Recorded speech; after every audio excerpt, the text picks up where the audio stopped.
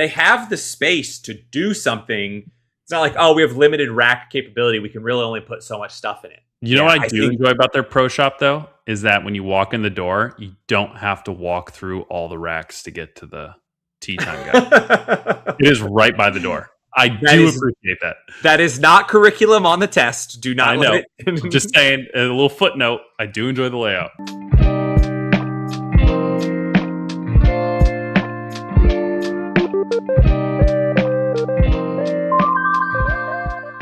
Hello and welcome to a long overdue episode of Must Play. Today we're talking about the Devil's Claw course at Whirlwind Golf Club in Chandler, Arizona. One of my favorite courses to play in the Valley, so I'm going to do my best to stay unbiased here. And here to keep me honest as always is TJ. Hello, sir. How are you doing today? I'm going to do my best to stay unbiased, but I just said it's one of my favorite golf courses. That's the lead-in, yeah. An immediate tip of the hand of like, hey, here's how things are going to go today. But you know, today looks a little bit different between you and I. It's just us today. I think I want to do more of these in the future. And also up top, it's one of my favorites, but I can just stay unbiased. I have the ability to be an objective observer here on this. So yeah. Today might get a little more contentious just because it's going to be your opinion versus my opinion. Yeah. We'll describe how we're going to score that come test time, but I thought we could start this pod with some highlights from our somewhat recent experience at Whirlwind, which was part of our buddy's bachelor party itinerary. Yes. So I think this helps contextualize where this course might fit in for those making a trip to Scottsdale or Phoenix. Because we talk about this. We ripped a pod about bachelor parties and making a trip to Scottsdale. Where do you go? And this is one of the courses that we talked about. Is it too far away from the Old Town area and stuff like that? And we stayed in Old Town with the group, and we made this one of the courses that we played. But just for kind of context, night one, you want to tell them or hit them with where we did night one, because you know it's like the start of every bachelor party. Man, now I'm like trying to remember what did we actually do night one. Ooh, put you on the spot. Involved golf. That's your hint. Oh, yeah, we went and played grass clippings. I played some of the worst golf I've ever played because I just showed up to the course already drunk. So you blocked it out of your memory. I blocked a lot of golf balls is what I did. Just dead right. Yeah. So, I mean, it's just how you start the trip, I think. And we went in April. So, you know, April golf, it is expensive out in Scottsdale. You are looking at, 2-3 rounds of a trip. You're looking at easily probably close to like $800 a person total for golf, maybe somewhere even higher. I mean, these rounds in Scottsdale get expensive, and you trying to put 3 rounds together, you're looking around that price point. Yeah. So we made this part of day 2, and we decided it was worth it because we had people in the group who weren't all golfers. That was like one of the key things that Alex hit me with. 2, they wanted a desert course experience. Some courses out in the Valley, like Dobson Ranch, for example, they don't offer desert golf, right? Yeah. And then 3, not too far from Old Town. And I was thinking to myself, I don't think I can hit all 3 here if I'm trying to find something easy, desert course, and not too expensive. That was the 4th. So that's where Whirlwind fit in. Yeah. No. It would be funny to have, because we really only had like one major non-golfer, I think, on the trip, right? I think just Cole. Yeah, but the others weren't huge. There's a couple that just brought clubs, but they weren't big into golf. Okay.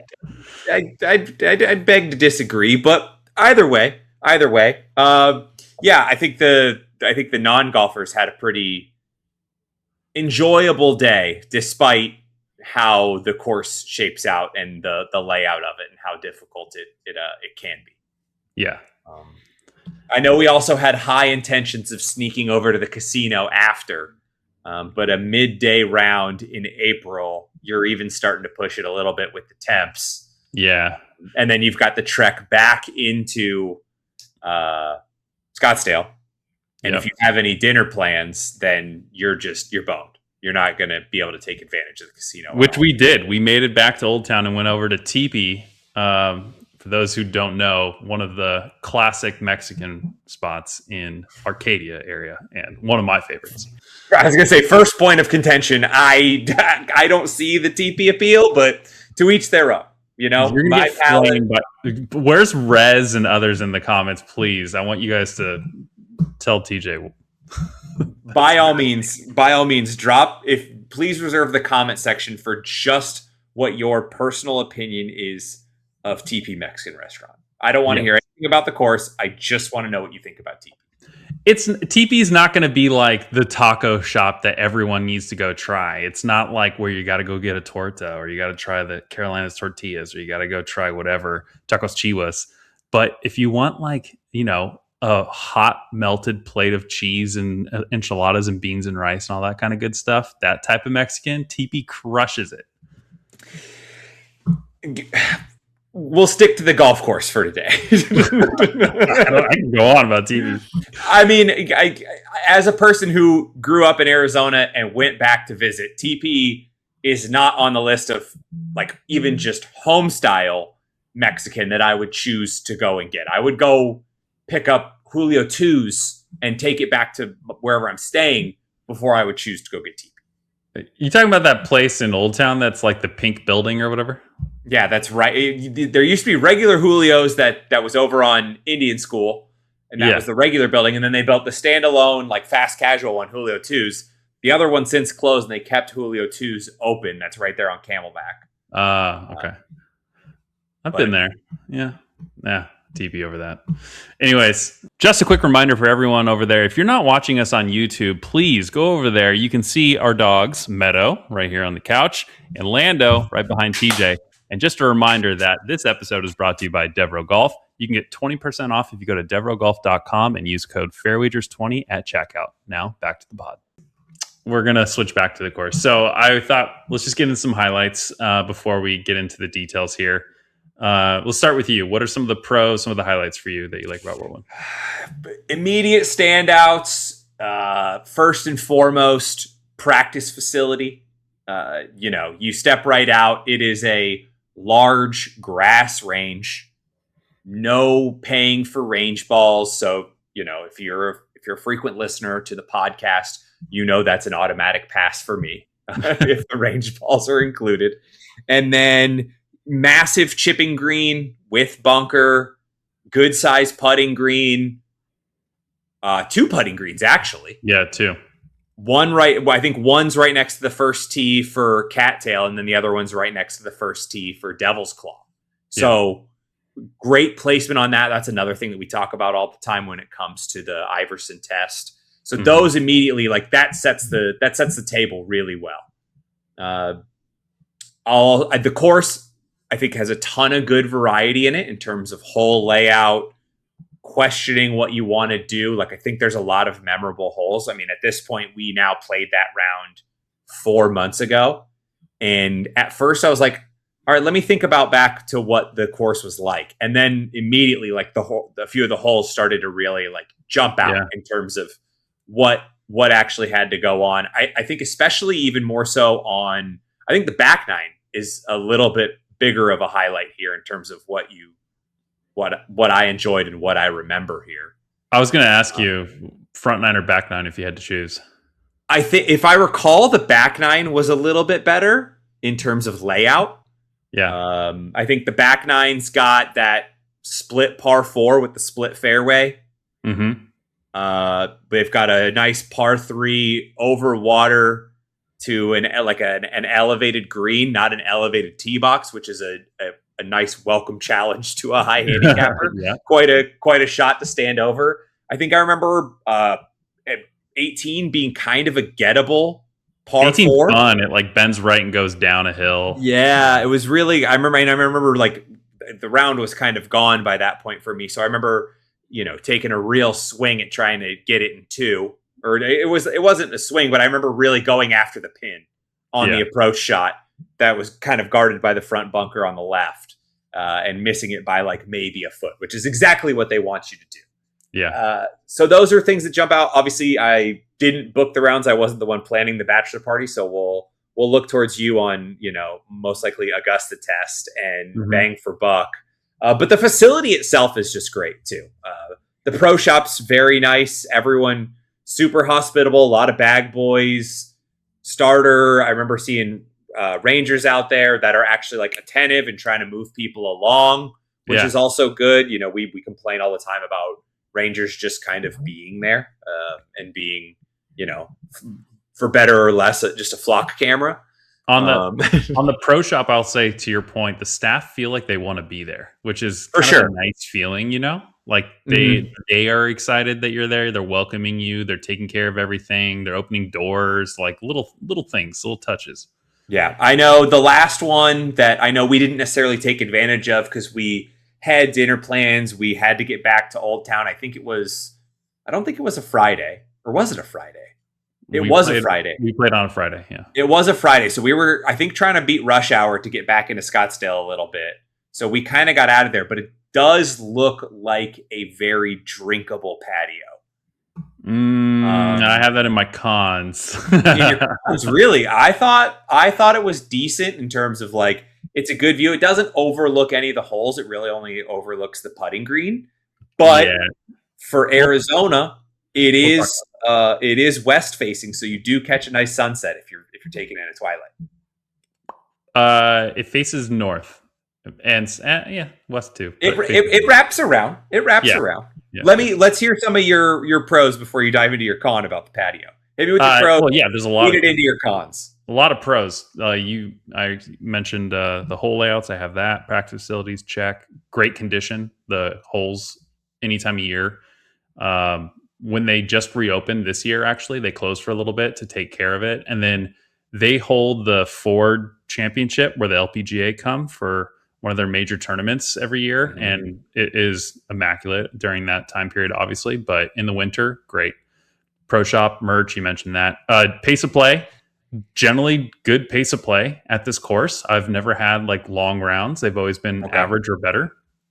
And then this one's a thing that I enjoy, but the golf carts are really nice. Cushy seats, like nice speakers. They have like, I don't know, it feels like a well-built cart. And I enjoy that.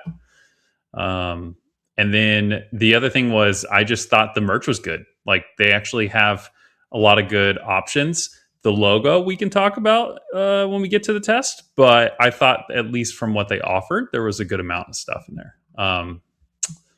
Yeah. What are other pros, or do you want to move on to cons? Let's hear your cons. I'm pretty much on par with you there. I mean, realistically, my only time playing was that day, and we kind of botched how we laid out our two groups back to back, and accidentally put the slower group or the more non-golfers in the group in front, and that in turn slowed all of us down. But it was us. It wasn't anyone else. So I would assume we would have had a good time. I won't call any names out. But then also, I think then you can call them out. I mean, I don't think Cole listens to the podcast, but I mean, Cole's just not a great golfer. So it was just Cole was hitting. You know, Cole actually played decent in terms of pace of play. I think the problem was Killen and Jones in terms of. Well, no, because I would beg to differ because I was in the group with 3 on the front, and we that's the other problem is that we put a group of 3 behind a group of 4. In the front 9, then we switched on the front 9, and then we switched on the back 9, and then the group of 3 was fine, and they got ahead, and then Jones and Killen were quote unquote vibe scoring, as they called it, and we're kind of just doing whatever they wanted to do.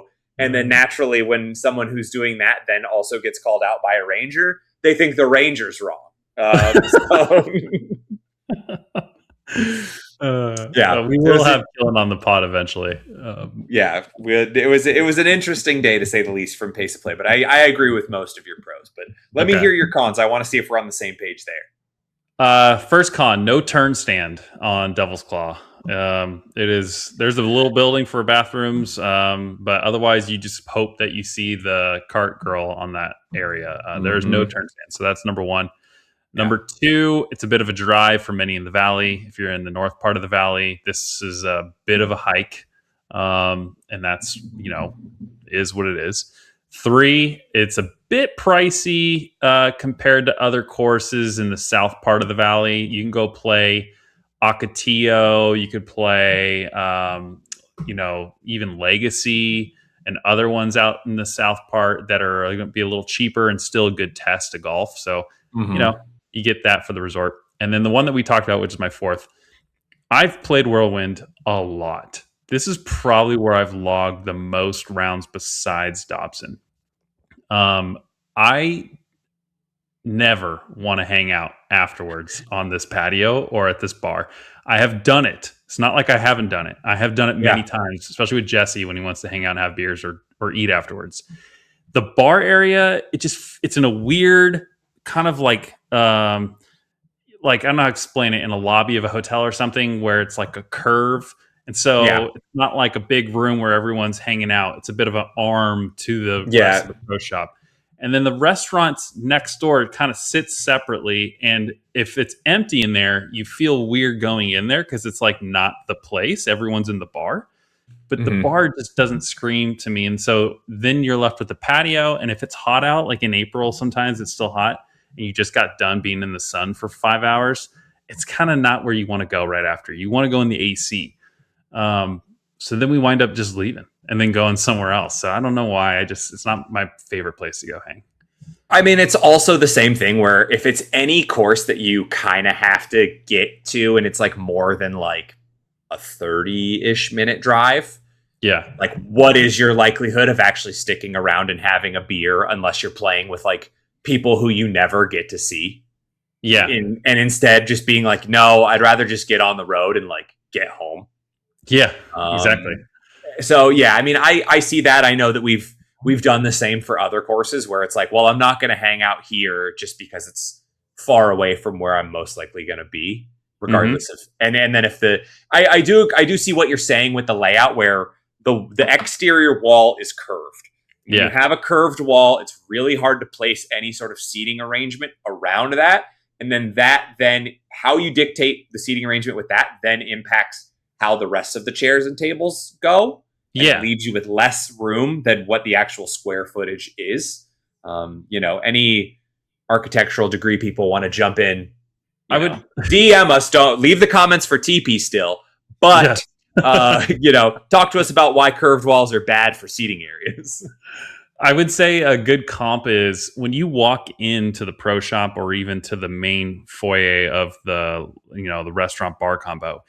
It gives off Greyhawk vibes, the leather chairs and the Southwestern influence a bit. I'm like, ooh, this is going to be good. You walk into Greyhawk though, and you have not only that little cafe, but you have two options for restaurants, right? You have one down by Isabella's, and then you have one at Phil's Grill right there. And Phil's Grill feels like a sports bar almost. Like it's very comfortable. Versus this one feels like I'm at a conference of sorts, or I'm like, I don't really want to be here. I want to be at Phil's Grill kind of vibe. I was hoping for that from Whirlwind. But it's the lobby bar at a conference where it's like, well, we're going to drink here because this is the closest bar to us and it's the closest bar to my hotel room. But if given the option, I would not drink here. Yes. Question on one of your cons here. You specifically noted that there's no turn stand on Devil's Claw. Mm-hmm. Is there a turn stand on Cattail? Cattail weaves by the clubhouse, so you can go sneak in. Yeah. Sneak in, order something interesting. Because, that's a tough one, too. Because then you're just completely at... And a lot of times, like, that's not a piece of information that is readily available on a website or in other reviews. We should make that... I know that's something that we aim to answer within the Glizzy test is say, hey, here's the situation when you're at the turn. There is no situation. Being able to provide that information, I think, is key, especially when we're aiming to talk about people who are coming on trips and aren't going to be familiar. Pack ahead. Do pack the Uncrustable. Do pack the beef jerky, or make that note that when you do see the girl on. So also, hold on. There is a building though. Is that building just never manned? It's just bathrooms, essentially. Yeah. Because I thought I saw like grills out there, and I was like, do they ever run like just guys slanging dogs out here? I've never once had someone out there. It's always just been bathrooms. Yeah. Good to know. Even if you look at it on Google Maps, you will see a building that looks like a turn stand. Yeah. You will not see someone out there. But so that's good to know for, like you said, for planning ahead. But if you're going to choose between cattail and devil's claw, I would say devil's claw is regarded by the general public as the better of the two in terms of the course. But if you were going off of like just having a good time out there, you can't go wrong with either. Like both are really fun. And in terms of difficulty, some people say devil's claw is harder, but I don't think it is. I think it's the same as cattail. So difficulty is such a relative thing, right? I mean, that's why, I mean, honestly, like high handicapper test, we talk about it. Are you bad off the tee? Are you bad around the greens? Like what is your crux to your game? I know it varies depending upon the day for most high handicappers. Yeah. But that's another one that I would say that's one of my bigger cons. I'm kind of on the fence, but I would say I'm leaning towards more of a con where very picturesque, very good, but a lot of like random yardage forced carries or layups. And it does feel like there is some wiggle room with the rough on the sides of a lot of the par fours, par fives. Mm-hmm. But man, do the actual like fairways themselves feel pretty tight around there? Yeah. So I think they do what like Phoenician and Kierland and a lot of other courses do these days to save water, which is they let the rough die out. So the rough becomes these long, wispy, like kind of rough, but the ball doesn't stop in it. So in courses that have grown that up, your ball would just hang out right there. But the balls here will go right through that rough into the desert. So the fairways all of a sudden become tighter because it's not sticky. There was a handful of times where it was like, oh, just off the fairway, like into the rough. Like, we'll be good. We'll go find that. And then we would drive up and be like, I know that the ball landed right here. And we can't find it, or we find it in a shrub in the desert. And it's like, dang, how'd that ball just blow right through 10 feet of rough? Pack a Desert Club would be another. For sure. Yeah, for sure. All right. You want to get into history? Let's do it. Okay, before we do, we're going to hear from our sponsor for today's episode, Devereaux Golf. This episode of Must Play is brought to you by Devereaux Golf and their brand new Fall 26 release dubbed Pioneer Town. Inspired by the high desert in the American West, but designed for modern golf, this new fall drop brings a ton of new Southwest-inspired polos and t-shirts that are going to work before, during, and after your round of golf. Not to mention some light outdoor pieces that I've been yearning for once the temps start to go down. I also just picked up some of the new corduroy shorts, and they are some of my favorites that they've ever made.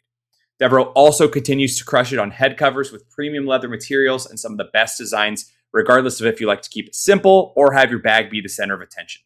A new season means a new opportunity to tell your story with your outfits on the golf course, and the Pioneer Town collection from Devereaux does just that. Check it out at DevereauxGolf.com. That's DEVEREUX golf.com. And always use FairWagers20 to get 20% off. All right, TJ, since it's just the two of us today, I'm going to turn today's history section into a game of trivia, but not just any trivia. It's going to test your knowledge of the state of Arizona. Wonderful. It's called today's history section is called Let's Embarrass TJ. No. I think you're going to do quite well on this. I made some easy, some medium, but I'm just going to say right now, since we got a scramble tomorrow that we're playing in at RBI, if you can get all 6 questions right, I'll buy you drinks on the course. You don't want me to buy drinks. I'm a worse golfer when I'm drunk, man. Like, but it's so much fun. It's not, because that's when I get mad. I get mad that I'm drunk and that I'm not playing golf to my ability. No, we don't want to get you drunk. We just want to have a good time. Dude, I'm telling you, we can go quick interjection here. I'm like a one drink aside guy these days. If you want me to play good golf. What if it's hashtag not an ads Superbock?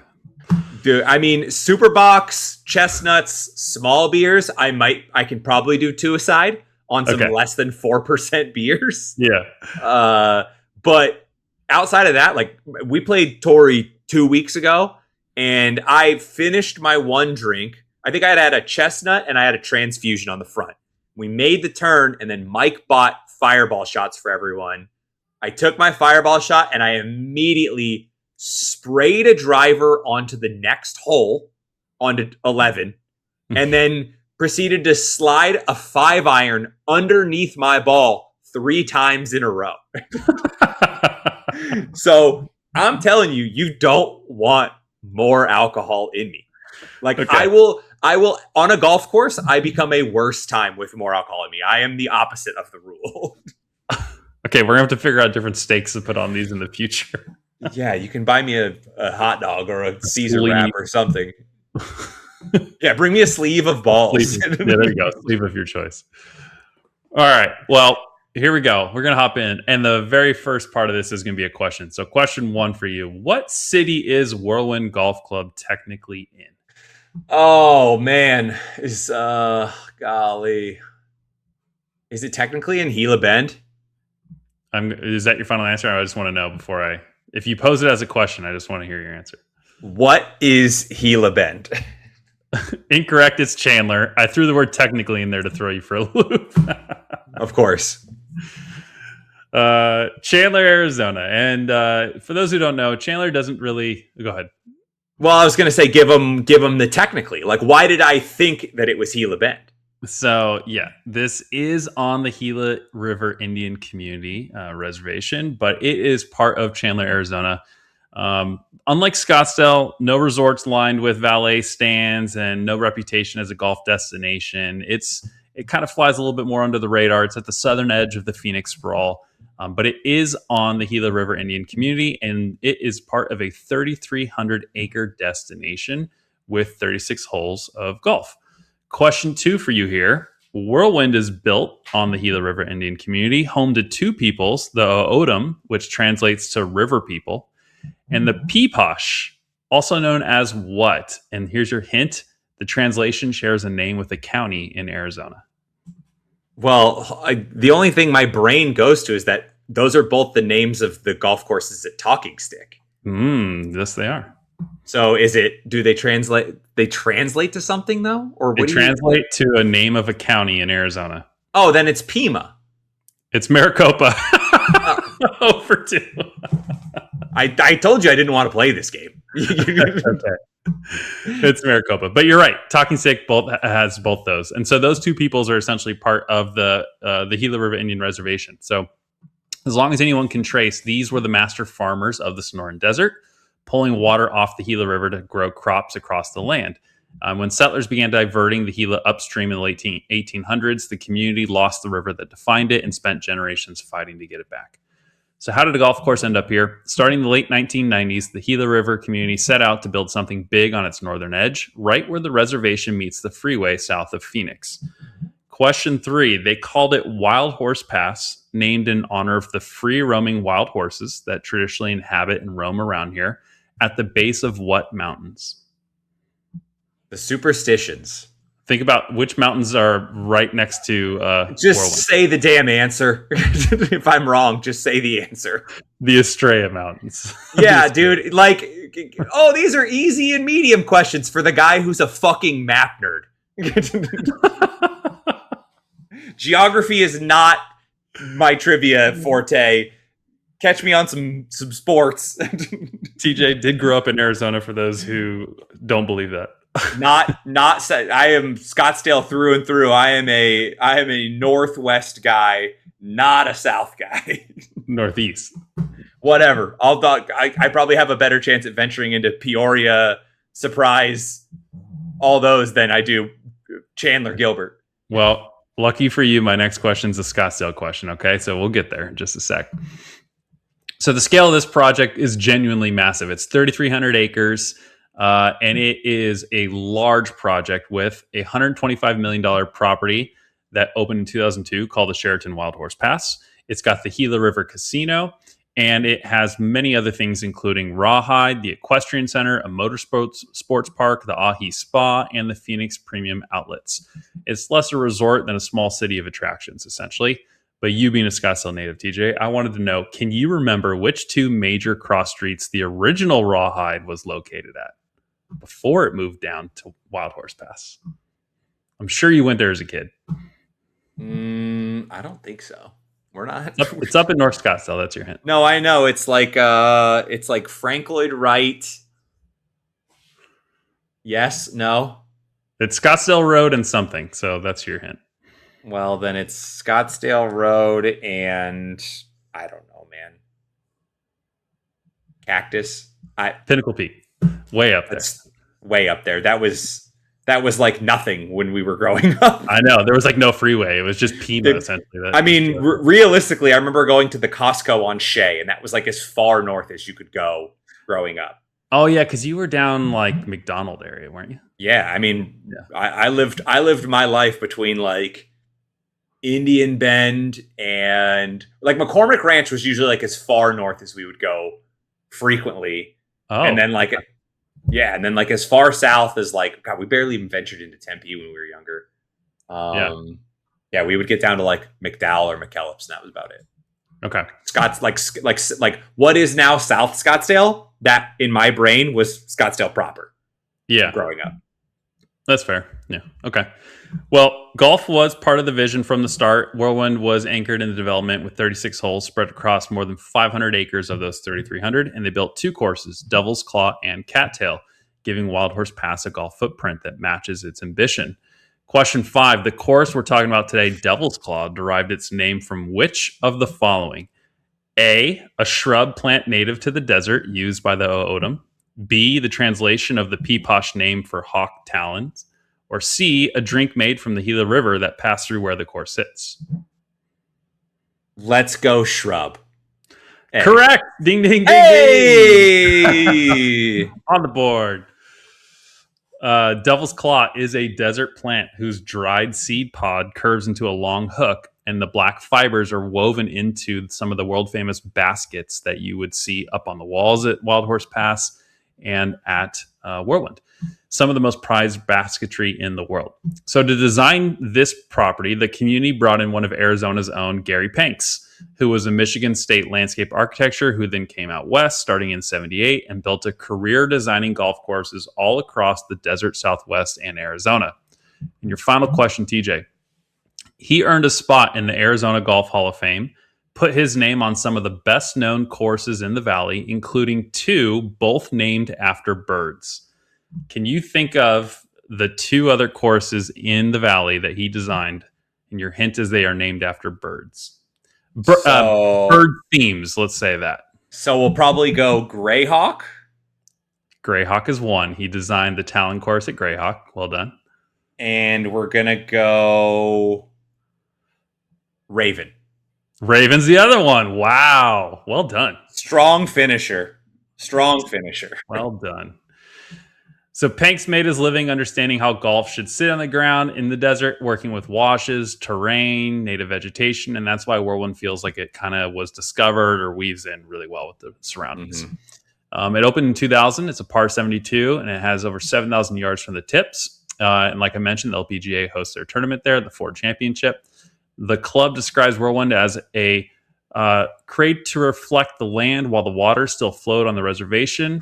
And this isn't just a course that happens to be sitting on this lane. Interestingly, it's the centerpiece of this development, named for that plant, routed past all the sacred parts of the reservation, and it's folded into this 3,300 acre project, which a lot of people drive right past on the freeway without even knowing it's there sometimes on their way to Tucson.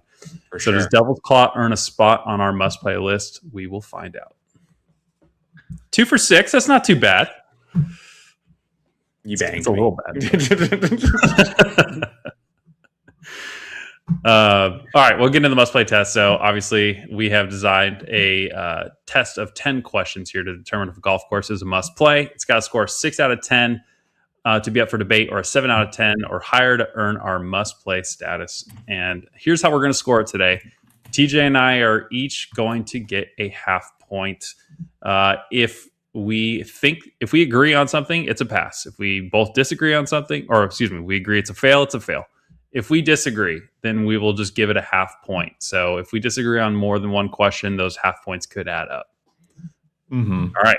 So question 1, the Augusta test. Is this course easy to get a tee time on? Does it have a straightforward booking process? And are there times available the week of your intended play? This is tough because this is a recording taking place on August 14th of 2026. Yeah. So it is. It's tough because now I can't go, hey, Shawn, what's the temperature outside right now? Like, I can't ask you what the high is because you're not in Arizona anymore. I can guess it's over 108. It's probably somewhere between 100 and 110. So yes, you can find later morning, afternoon tee times tomorrow. No problem. Under $100. Like, but do you want to play that? How was your experience when you booked it for 7 of us in August? Easy. And that was part of the reason I booked it. And when I played here all the time, I always knew to go check other courses first. And if I wanted to get somewhere, and I knew I could fall back on Whirlwind because it generally would have times. Okay. So you would say that no matter what time of year, this is usually a pretty easy get. Usually, except for the LPGA tournament, this is the pass, I would say. Obviously. Okay, then I'm gonna default. We're not gonna press you on that. We're gonna both pass it. Okay, so 1 for 1. Question 2, the bang for your buck test. Is this course worth the rate you pay? Do you feel like this course is a good value during peak season? I can give you some peak season rates real quick if you want to judge by that. My brain would say that if this course is over, if it's over 3, it's a definite no. 250's pushing it. That's where it sits. Ooh. So during peak season, you want to get out there like late winter, spring training, somewhere around there. You're going upwards of 260 around there. But like early winter, fall, like, temps that come down a little bit, you can get out there for under 200 pretty easily. I'm just trying to think of because it's part of it is the whole package, right? Like, would you drive down there and pay that rate if you're in town? I'll tell you, for comparison too, Southern Dunes, which is a hell of a lot further than this course, right? So you think you're already going south, but Southern Dunes is like at least another 20, 25 minutes from there. Is usually around $50 cheaper than Whirlwind. So in my mind, the comp there is like, okay, you're willing to go further, you'll get a $50 discount. But as a course, Southern Dunes is really, really nice. Yeah, a very nice course. A very, very nice course. Yeah. Man, this is a tough one because it's like you said, I said if it was 250, it's pressing it. Mm-hmm. I'm gonna fail it. Unfortunately, I'm gonna fail it too. Yeah. I think it's just because if you're gonna pay those rates and someone's coming from in town, they're probably hoping for a Scottsdale course. They're not hoping for a Chandler reservation course. That was my thought too, was to be like, hey, we're going to pay $250 for golf and we got to drive 30 minutes. We've got to either deal with either somebody can't drink on the course or we've got to deal with an Uber both ways. Yeah. You got to get an XL because you have golf clubs. Like it's just too much. Whereas I think you would slide over to like Talking Stick and maybe even pay the little bit extra just to even be closer around those times of years, around that price point. I'm going to hold comments on Talking Stick. It's fair. I just think in terms of like that course, I can't wait to unload on. We can still bounce around to some other, even like Greyhawk, right? Like, yes. Yeah. Even Greyhawk, which is just a little bit more north. It's probably half the drive from Old Town. It's probably 15, 20 with or without traffic. And prices around the same. And like we talked about, it's a bar that you'd much rather hang out at. It feels more centrally located. Like, there's just other options that I would choose around that price point. Yeah. Okay. I agree with you on that. So 1 for 2. Question 3, the Iverson test. Does this course have good practice facilities? Would you spend time warming up or just head for the bar before the round? Practice? We talking about practice? We're talking about it. I want to get a soundboard, and I just want to hammer the button these days instead of me. Just go ahead. I think this is a definite pass. Like there's everything about this practice facility is what you would ask for in a practice facility. This is a place that if you lived near it for some reason, you would figure out ways to sneak out there and practice on it. Yeah. You would try and befriend a marshal or the starter so they don't come over and bother you when you're hitting free range balls out there or just chipping, or you try and do oh no, these are my balls. I brought my balls out to chip. Like I'm just using the green. Just taking divots out of here. Okay, that's all I'm really doing. I'm gonna fill it with sand. It is one of the best practice facilities in the Valley, and I love the short game area. Is honestly my favorite part of this whole area. Like some places, I can say practice facilities are great, and I like the range the best. This one, I love the short game area. The short game area. If you've ever played, if you for some reason you've driven to Southern Dunes, but you haven't played Whirlwind, the green complex almost feels identical. Where the way that the bunker is placed, and it's like a higher tier up on the back end, very similar, but just tons of room to take out there. They have the shag bags, so you can chip, 20, 30 balls if you want to, and not even really bother somebody else. They can chip to an entirely different hole. Yeah, yeah. If there was only one little nitpick, and this isn't a reason to fail it, I have a weird thing with ranges where the flags and the ground elevates away from you. So like you're hitting uphill. Yeah. And this course has a slight uphill in the middle. There's a hill, and then it goes down to the other side of the range where they have like practice for like, classes and clinics and stuff like that. Yeah. Lessons. Yeah. Yeah. So I understand why they do it, but I hate the feeling of my drive going and disappearing over a hill. I want to see where it lands. I kind of want to see how far it made. And it's like, it just goes and disappears. I'm like, okay. So that's my only nitpick, but if it's going straight, it's going straight. It doesn't matter where it lands. Yeah. And then maybe this is a good segue into the next test because it's the Jonesy test next. But forever in my mind will be ingrained when Jones was going through the yips and he couldn't chip the ball. Yes. We were at Whirlwind and we dropped a whole bucket, and I swear the entire bucket he shanked. He could not get the ball off the ground with his like 54 degree or 58 degree. He was trying everything. And they were just hosels or shanks. They're just going straight at the ground.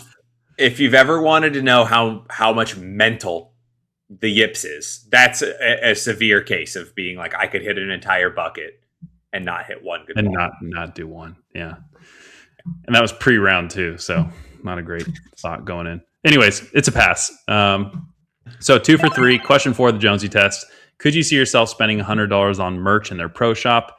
Do they have a logo or apparel worth wearing? I think you got a ball mark here if you want to show the logo. We do. We're in the space of always getting a ball marker. So you've got a nice symmetrical logo that's going to look the same no matter how you rotate it. Or how For those not watching, it's kind of like a windmill looking with Native American influence, and it's like if you spun it, it would look really cool. Yeah, it's like a pinwheel, and then there's golf flags coming out of it that have kind of a rectangular design within the golf flag. Yeah. I'm going to be honest. I'm on the fence about this one. My tough part was I know that when I walked into the pro shop, a lot of the stuff inside the pro shop was the classic, we buy this from these vendors and they put our golf course's name on it. There's a lot of that going on in the golf space right now, where things feel like they are custom designed for a golf course because they're not just slapping the golf course's logo on existing merch, but it's realistically the companies who are running the programs and saying like, yes, we will put, it's all the same font and it's all the same design, except for this one says Whirlwind or this one says Foothills. Right. So they're a different look than what you're used to because they don't just have the traditional logo on it, but they are not unique to what is going on. Or the merch is what you would normally buy at the PGA Tour store or Dick's, but it has a Whirlwind logo on it. Right, but it's going to be marked up a little bit because it's got the logo on it. And then it's going to be marked up on it because there's an extra hit on it, right? So there wasn't anything in there that like jumped out to me as like, I feel inspired to buy this. And I like spending money in a pro shop more than the usual guy. And I bought a ball marker here, and that's it. Yeah. I've never bought a single piece of merch from this course. I think the logo's not bad, but Yeah. I also don't think it's great. I would again make the comp. I hate to keep comparing them to this, but think about the pro shop at Greyhawk. It excellent pro shop with Yes. a huge wall of hats with all kinds of things that you haven't seen at some of the other courses, right? Yes. That's like what you kind of expect from this. You don't get that. And it's not a small pro shop by any means. Like No, they it's have pretty this large. they have the space to do something. It's not like, oh, we have limited rack capability. We can really only put so much stuff in it. Yeah. You know Yeah, what I I do think enjoy about their pro shop though is that when you walk in the door, you don't have to walk through all the racks to get to the tea time guy. It is right by the door. I do appreciate that. That is not curriculum on the test. Do not I know. let it. I'm just saying a little footnote. I do enjoy the layout. I mean, yeah, that's fair. I mean, we've all bought something that we didn't think that we were going to buy because we had to walk through a rack of clothes to get there. But I think ultimately this is a fail for me. I think it's a fail as well. Okay. Yeah. So far we haven't Good. disagreed with anything. Good logo, just not great logo. Yeah. I wouldn't be mad if somebody bought me something with it on it, but I don't think I'm going to voluntarily purchase anything. Would you buy this logo or Southern Dunes' logo? Like, which one would you buy first? Southern Dunes with a little flag sticking out of the plane. I think this logo is a little bit more unique than Southern Dunes. Yeah. This one isn't. Southern Dunes logo is a golf course logo. Like it is, because there's the flag directly on it. This has like that Native American kind of influence on it, where if you saw the logo and it didn't say Whirlwind Golf Club on it, it's if you know, you know. Yeah. And if somebody sees it and they go, how would you think of Whirlwind? You'd be like, this guy knows ball. Yep. But if not, you're like, oh, then it's just whatever. It's just a design on a hat. So you can get extra wears out of it. So you're leaning Whirlwind for the logo if you had to choose. I would choose Whirlwind over Southern Dunes. Okay. Would you or would you choose Southern Dunes? I would choose Whirlwind for sure. Okay. Real quick, Whirlwind or Talking Stick? We're gonna do a full this or that. Yeah. Just Whirlwind or Talking. I'm trying to think of what actually is. I'm so used to seeing Talking Stick as the word mark. Yeah. That it's the two people holding hands that look like they're in like a kind of a whirlpool. And then there's like the long actual talking stick as well. Yeah, everything I see on here is that longer logo. Yeah. I mean, if it's that longer logo, I'm out. That's so much. You know what that reminds me of is Sand Valley in Utah. Yeah. When you have like something like that and it's the full word and it has all these little like icons in it, it gives off retirement community vibes. Oh, totally. Totally. That's so good. It gives off 55 plus community vibes where it's like, hey, here's all the activity. Here's all the active lifestyle activities you can do if you live here. Yeah, or like the YMCA, like one person's arms coming out of the pool, and there's a racket, and there's like for sure. So yeah, you look at the talking stick one, and it's got the golf club and the casino, and it's like the resort. Like, here's all the things that you could do here at this great place. Everything's here. You don't got to go anywhere. Desert living at Robinson Ranch. Yes. I'm sure Robinson Ranch is not something that you just made up. I did make that up, but I'm sure it exists. Oh. All right. Well, it looks like we have a faux retirement community to pitch now. All right. Well, all that to say, 2 for 4. 2 for 4. Question 5, the buzzworthy test. Are there multiple holes worth talking about? Does this course have more than one hole? A group would want to go play again? I'm just going to come out and say absolutely for this answer. We talked about it already up top, but this hole does a couple things really well, or this course, excuse me. Holes that bend left, holes that bend right. So if you're a slicer of the ball or you're a drawer of the ball, you'll have a chance on one of those dog legs. Mm-hmm. The second thing I think it does is it has greens that are receptive. Most of the greens at this course slope back to front, and they're greens that are like usually not too hard. Your ball's not going to bounce. It's going to just plug where it is. Yeah. And when a ball kind of plugs on a green, God, I just want to go drop some more balls from the fairway and just see how close I can get it to a pin. Like that to me is exciting. And so when I think about those holes, some of those holes for me are the ones where like off the tee, all I had to do was carry a bunker. And then if I'm like, Mhm. okay, I carried that bunker, now I'm in prime position to go stick one super close. But if I didn't carry that bunker, God damn it, do I want to go play it right away, right again? Because all I had to do was carry that, and I'm in great position. Yeah. Or you go like, oh, maybe I just shouldn't have hit driver. Like if I hit 10 drivers off this tee, maybe I'm probably not going to carry that bunker like most of the time. So then I would go back and be like, okay, well then what does it look like if I hit a 3-wood off the tee? Or Yeah, at this point I wouldn't necessarily consider hitting a 3-wood off the tee, calling it a layup, especially if 8 times out of 10 you're going to probably plunk it in the bunker or in the rough. Like yeah. I would No, say but yeah. yeah, there's a ton of those good looking par threes all Mm-hmm. around. There's two over water that are just great. I remember I think it's on the front nine. I think it's like 8. It might be 9. Whichever par three like finishes off on the front nine. And I remember you park the car and you're kind of up on the hill. And one of us had hit a ball up on that hill.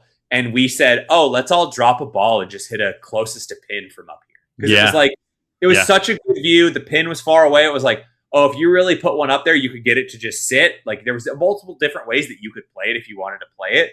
Yeah. So that was great. And then, yeah, like I talked about split fairways, it's not just a gimmick. It is an actual risk reward.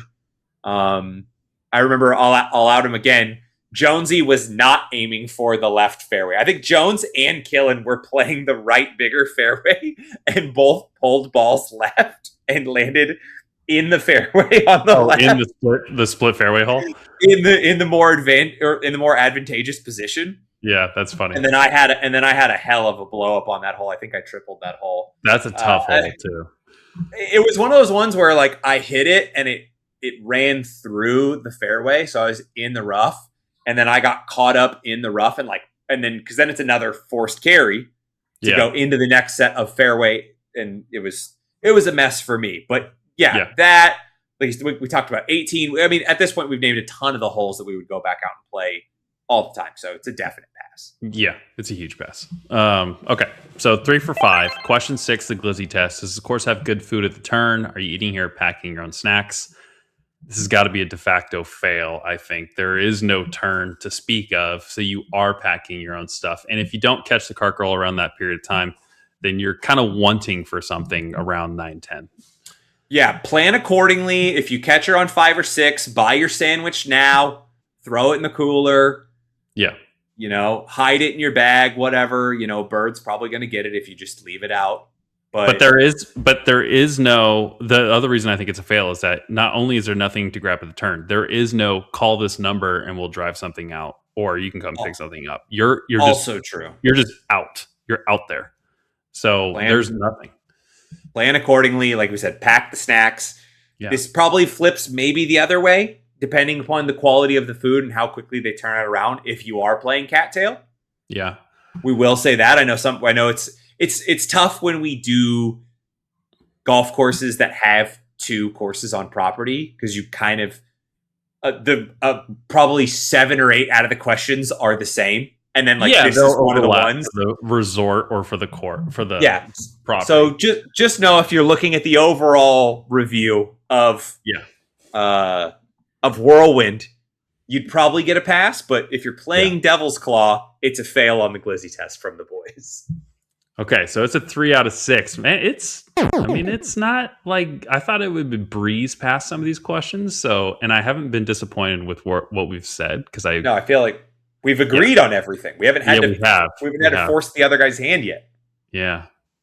Okay, question 7, the Marshall test. Does this course have a decent pace of play? Can you rely on a relatively quick round here if you have somewhere to be after?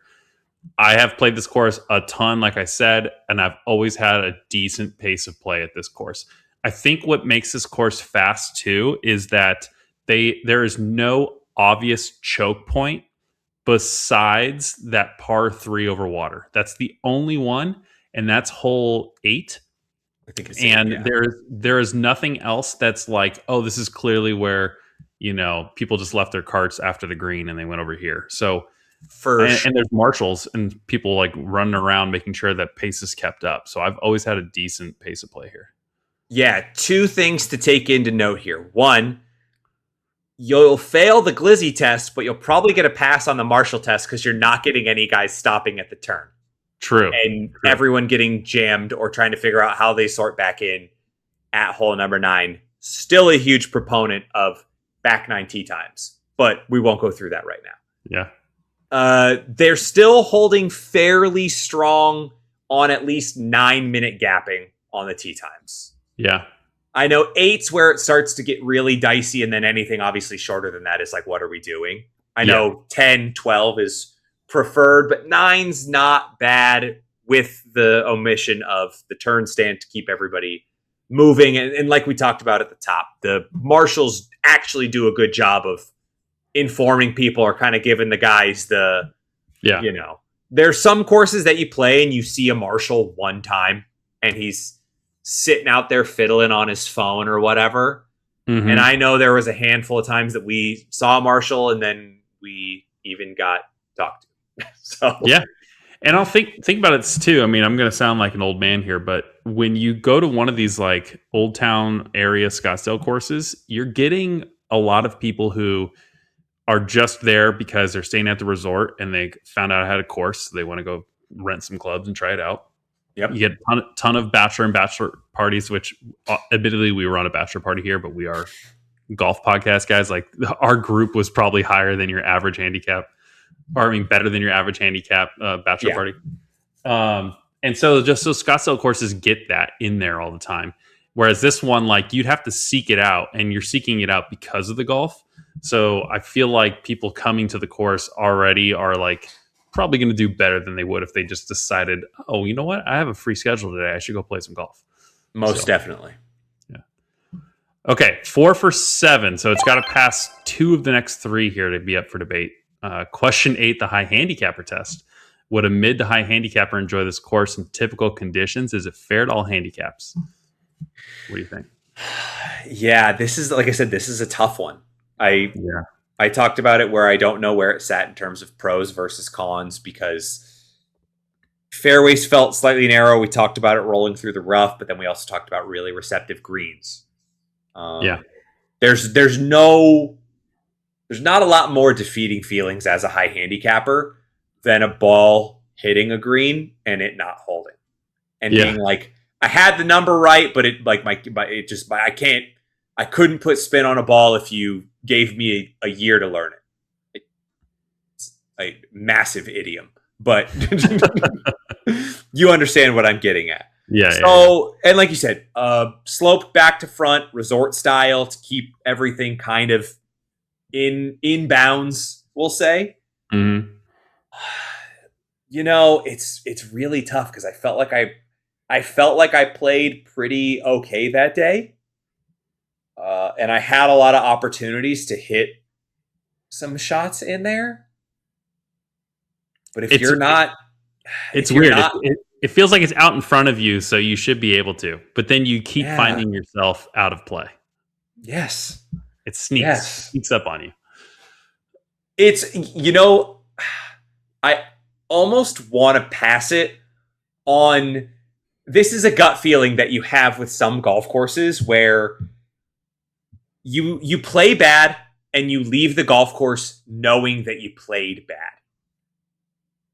This golf course, I felt like you could play bad, but you're walking away saying, man, a few little changes and I would have had a really good day. And I know that's every golfer ever.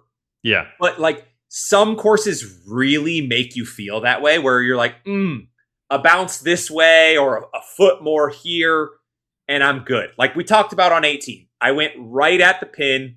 I was probably a foot short from carrying the bunker. And then as a high handicapper, it's a huge lipped bunker. I hit 2 shots to get out of it, 3 putt, and all of a sudden it's a triple bogey. And I carry a foot and I have a birdie look. Yeah. So you just feel like you said it's right there, it's right in front of you. You don't feel like you totally lost it because the course boned you. You just feel like a few bounces went the wrong way that day. Yeah, you don't get punished for good shots. No. It's not like some courses with like tabletop greens or other things where you're like, I don't know what they want me to do here. I put it where I should have put it, and it still rolled off the back, and I'm going to double this place. Mm-hmm. This one's like, no, you hit a good shot, you'll get rewarded. It will funnel somewhere close to the pin, or it'll be on the right shelf. Like it'll be all right. Yeah. So yeah, I agree with you totally. The other thing too, like you said, you want the holes back, and when we talked about in the buzzworthy test, I think you want them back because, like you said, it's within you to be able to play better on that, and it's out in front of you. But for me, the other thing is there was no other factor. There was no like crazy slope, crazy wind, crazy like difficult thing that's like, what else are you going to do? The wind just blows like that out here some days. Like out there, it feels like almost dome golf where you're like, there's nothing going on out there. It's pretty flat. It's no. like, just go play. Yeah. Mm-hmm.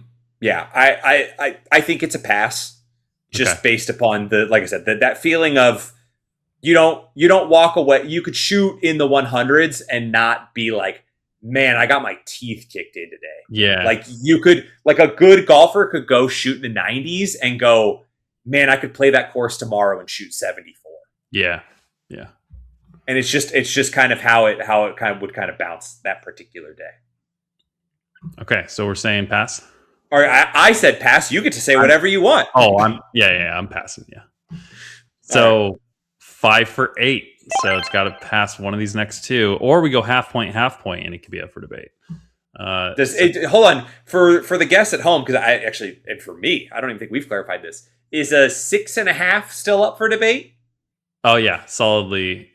So you've got to be a 7 or higher for must play. 6.5 is up for debate. Okay. Yeah. Question 9, the vibes test. Is this course worth staying at post round? Do they have a good restaurant or patio scene? This might be the first one we disagree on. It's tough because we didn't stay and have a drink. Yeah. Like I can't, I'm having a hard time saying, yes, I want to do this. But again, we've knocked things for this before. It is not a standout bar that would warrant not wanting to get back to wherever your home base is 30 minutes sooner. Yeah. If you're on if you ask me to replay that, or to replay our bachelor party and say, hey, do you want to round up the 7 guys and have a beer on the patio out there after this golf round? Or do you want to drive back to the Airbnb, put on your swim trunk, grab a beer out of the fridge, and hop in the pool? Oh, B every time. Every time. Unless we were at Papago.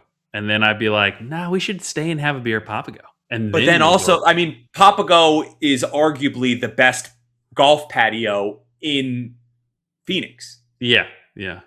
I don't think that's necessarily a fair comparison. I'm saying specifically for this course, if you ask me to do that, I'm going to say I'm not having that beer on this patio in 100 cases out of 100. And like I said, I have stayed a couple times past here, and I'll be like, I'll just do one because I'm kind of like over it. So yeah, it's not my favorite. So I'm a fail. Okay. And because we keep saying, oh, if we got to go back to Old Town, how far were you when you lived in Gilbert and you played Whirlwind all the time? What was your drive time? It was only 15 to 20 minutes. So you were still opting to get home. The time was not a factor in that at all. No, when I played out here with Mike, whenever we would play out here, we would go back and grab something back in Gilbert. We would go to Isabel's or somewhere else. Yeah. Okay. So then that's pretty solid for me on a it would be a fail. Unless for some reason you're staying at the hotel. Yeah, the resort's actually low key kind of nice. I've done a staycation at that resort, and it was really nice. Yeah, but then there's also like if I throw out do you want to go just have a beer by the pool at the resort? I'd do the pool every single time. Again, it's got to be a fail. Yeah. Okay. 5 for 9. Here we go. Question 10, the dime a dozen test. Is this course unique to the area, or could you get this golf experience somewhere else on your trip or visit? I'm just going to list a couple courses around the area for you, okay? And you Yeah. can think about whether this one stands out. Foothills is not too far, just Okay. northwest of this. Mhm. Ocotillo, Lone Tree, Southern Dunes, the Bear Creek. Those are a couple of other ones that are all South Valley right around there. And then, of course, you got like Raven and Legacy on the other side of South Mountain. Yeah. So just a few to name there. Do you want me to go first on this? I would like to hear where you're like we talked about, you're more of my South Valley guide. So I want to hear where you're at first. The other courses I just listed, I think literally every course I just listed has homes along the holes. Every single one of those ones I just mentioned. Yeah. Whirlwind has 0 homes. 0. You are out there. And for that reason alone, I think it is unique because every other course feels like part of a master plan community, fit in, it's woven in between things. This one feels like the resort. Like you went, you parked your car, welcome to the golf course, not, oh, you made it to the golf course. It's its own little destination. And that I think is enough to say it is a pass for this test because you can just let it fly and you don't feel like tight inside the ballpark. No, you'll lose the ball, but you won't damage anyone's property. You're not going to damage a single window. Right. It's much like Southern Dunes, where it's kind of like when you're out there, outside of the few roads that run around the outside of the golf course that kind of create the barrier for it. And then a few, obviously, if you look in the direction of the hotel, you're going to see the hotel. Yeah. I am wrong. You mentioned Southern Dunes. I do not think there's any homes on Southern Dunes. So no, there's not. But that's we talked about. That's also another 20 minutes. But that's very far from it. Yeah.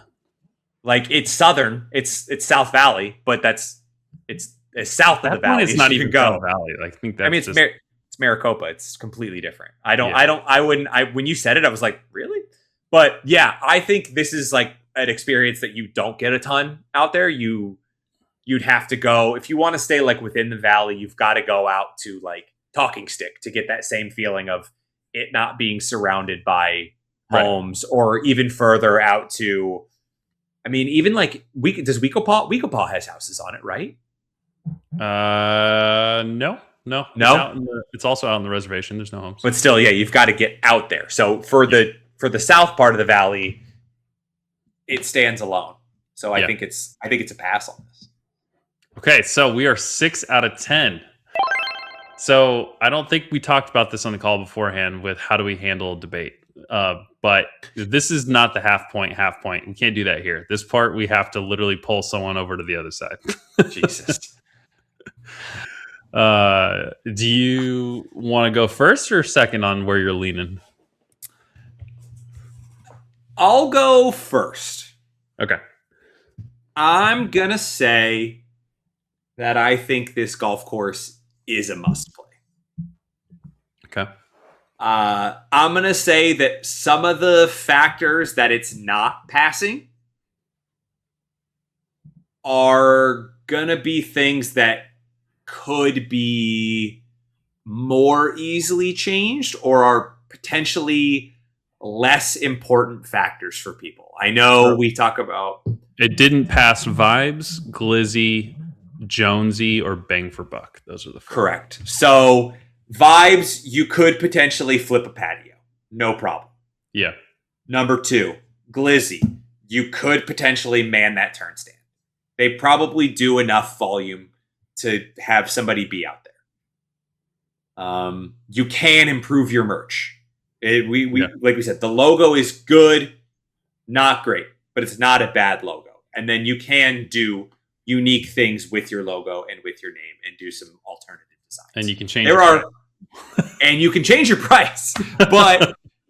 price is more of just a function of price is kind of what the market's at, right? Yeah, You're really looking at like what everybody else is charging, or a lot of golf courses in Arizona just charge what they can get away with charging. And while it sucks, you can't necessarily blame them. I think prices in the valley are like gas stations where they just see who goes first with the price, and they're like, okay, well, we know we're better than that, so we get charged this much more. Like, oh, we're sitting at $429. Somebody else went up to $479, so we can charge $469 and still get. Yeah, exactly. Yeah. So I outside of that, I think the actual like golf course itself and the golf course experience is very good. Mm-hmm. And like we talked about, also, like if you're going to go play cattail, it's probably going to potentially pass that turn stand test, and then it is a must play. I think it could pass the turn one. Yeah. So I think it's right on that edge, or like we even talked about, a few of those bump up into half points where one of us likes it and one of us doesn't, and it's a quick swing to get it right back up on things that are very, I won't say easily changed, but easier to change. It is not like it failed the buzzworthy test, and it's like, you've got to change how the golf course is laid out. Yeah, you got to reroute this thing because it's not fun. Or you've got to lay off all your marshals and tell everyone to play faster, or change your tee times, or any of that stuff, right? So I think it's a lot easier to get it bumped up than to say that it's just a should play. Yeah, I will say in its current standing, I without changing a thing, I do think it's a must play. I base that off of if I have someone visiting from out of town and I know that they don't have desert golf where they live, I can think of a handful of courses where they're going to get, a good round of golf for all the reasons we've already enumerated on this, and get that desert experience. And so Whirlwind makes that list for me on that short list where I'm like, hey, if you don't mind being a little further away from the rest of everything, like, we should check this course out. You're going to get great conditions. It's going to be a fun time. You're going to have like the little amenities. Like, it's for that reason, I think it's always great. So also, to like its credit, I would say it's also going to have tee times available. And you'll be able to get on. Yeah. So if we talk about the crux of the entire test, and if you're someone from out of town and you're looking for a place to go play, the best ability is availability. That's a great line. I wish that was mine. I wish that's like a traditional sports saying. I know. Yeah. All right, so we are officially calling Whirlwind, and specifically the Devil's Claw course, a must play. Congratulations to Whirlwind. Kudos. All right, well, that does it for us at Must Play. Thank you, TJ, for jumping on, obviously. And for those who don't already, please subscribe to Must Play wherever you get your podcasts. Rate us 5 stars. You can also watch the video version of over these on YouTube if you want to go see that logo that TJ just held up. And you want to give us a thumbs up or tell us where you want us to review next. Or if you just want to tell us if TP's worth going to, please let us know wherever you leave a comment. Don't leave a comment for anything else. Just the TP feedback, please. Deuces. And we'll see you guys next time.